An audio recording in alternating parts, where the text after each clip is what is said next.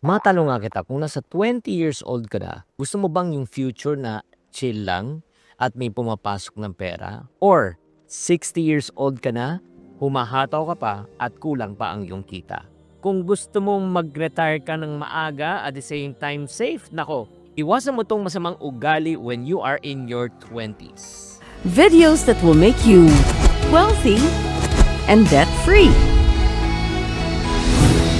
Hi there, this is Chinkitan, your pambansang wealth coach. Alam ko, nako, adulting ka na, nasa 20s ka na. Siyempre, pag ganito, medyo pwede ka nang kumita, gusto mo na mag-travel, gusto mo magka-gadget.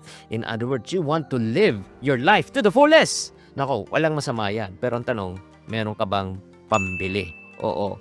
Yung tinatawag natin na minsan nagkakaroon tayo ng YOLO mentality. YOLO mentality. You only live once. You only live once. Pero pag hindi natin inayos to, kapatid, baka magkaroon tayo ng YOPO reality. Ano yan? Yung YOPO.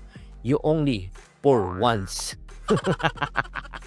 Diba? Kaya nga, gusto ko i-share sa inyo ano yung napakalaking pagkakamali na pwedeng gawin na isang 20-year-old pagdating po sa financial planning. Alam mo, number one, main problem talaga is yung parang sinasabing bata pa, bahala na, tsaka na lang ako mag-iipon, tsaka na lang ako mag-i-invest. Anin ko ba yung kinikita ko? Diba? Dapat enjoy ko, deserve ko to. Diba? Pinagtrabahuan ko to. Pero karamihan hindi po alam, hindi pera po ang pinaka-importante po sa pagyaman. Alam mo, one major factor po na talagang pwedeng umasenso ang isang tao at yumaman sa oras. Yes, kapag 25 years old ka at nakapag-ipon ka ng 5,000 pesos per month, ay nako, alam mo ang mangyayari dyan? Pagdating mo ng 50 years old, posibleng may milyones ka. Kahit hindi ka maging CEO ng kumpanya. Pero kung 40 ka na, hindi ka pa nagsisimula, diba? Ay nako, maniwala ka, wala talagang matitira. Tignan po natin ang buhay po ni Alex. Si Alex po, maaga po siya talagang kumilos. Nagtrabaho siya, tapos nag-iipon siya ng 5,000 pesos per month. Pinag-aralan po niya yung mutual funds, stock market, di ba? And then fast forward in 10 years, alam mo, almost 1 million pesos na po ang kanyang naipon. Oo. Ngayon, meron na siyang emergency fund, may investment na siya, may peace of mind na siya. Compare sa isang katrabaho niya na si Mark, gastador at luho. Si Mark kumikita naman ng 40,000 pesos per month, pero every sweldo, ubos. Bagong sapatos, bagong phone, biyahe dito, biyahe doon. So anong ending? After 10 years, walang savings, walang emergency fund, nagka-crisis, lubog na yon sa utang. Kaya kung ikukumpara mo yung talaga yung dalawa, si Alex at si Mark, si Alex po ay isang responsable at the same time maaga nag-umpisa. Si Mark din, di ba? Si Mark, kumikita naman, pero ayun, hindi pa nag-uumpisa.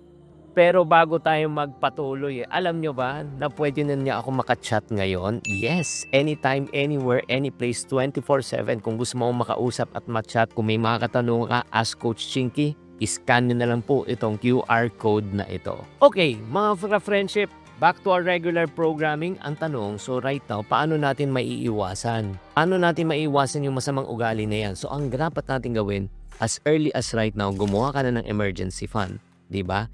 At least 3 to 6 months of your living expenses. Diba? Ang gagawin mo kahit na 50 pesos a day lang times 30 days, diba? 1.5 times 12 months, 18,000 pesos a year. Basta mag-umpisa ka. Step 2, mag-invest ka habang bata ka pa. Diba? Mag-invest ka, matuto ka. Mag-invest sa Pag-ibig MP2, sa mutual funds, sa stock. Diba? Anything that you are familiar with. Number 3, tigilan na po natin ang paggastos para magpasikat. Hindi mo kailangan na ito lang 50,000 pesos na bag, sapatos para magmukha kang successful. Kung gusto mo talaga yumaman, mag-ipon ka, di ba? Pagkatapos ka ng ipon, di ba, magnegosyo ka. Pagkatapos kumita, mag-invest ka, di ba? So, mas okay na may 500,000 ka sa bangko kesa may sasakyan ka nga pero hindi pa bayad ang iyong sasakyan. Kaya ang tanong ko, Kenneth Bryan, Joy, Devina Bartido, di ba? Kamusta na? Kaya nga ang tanong ko, meron ka na bang ipon at tinatawag na emergency fund? In closing, alam mo ang tanong, what happens kung hindi ka tumigil sa maling ugali na ito na panay gastos lang? Alam mo, you'd be living from paycheck to fake paycheck. Tapos number 2, wala kang ipon. Number 3, wala kang freedom. Number 4, kahit 60 ka na, 65 ka na, nagtatrabaho ka pa. Kasi nga, hindi ka nakapagplano. Kaya mga kapatid, payong kapatid lang to. Kung ikaw ay nasa 20s ngayon, this is your sign. Again, reminder, tama na po ang pa-cute. Tama na po yung sakana. Tama na po yung YOLO mentality. Ngayon ang panahon ng pag-iipon. Ngayon ang panahon ng pag-i-invest. Ngayon ang panahon para ayusin mo ang iyong future. Dahil kung hindi ngayon, kailan pa? Kaya nga, I want you to ask yourself right now, at kung 20 years old ka, anong biggest challenge mo ngayon sa pag-iipon? Ilagay mo na lang sa comment section. Again, kung nagustuhan mo itong video na ito, don't forget to subscribe at i-hit mo naman ang notification bell. Maraming salamat po. Tatandaan, tamang karunungan, tamang disiplina ang susi sa pagyaman.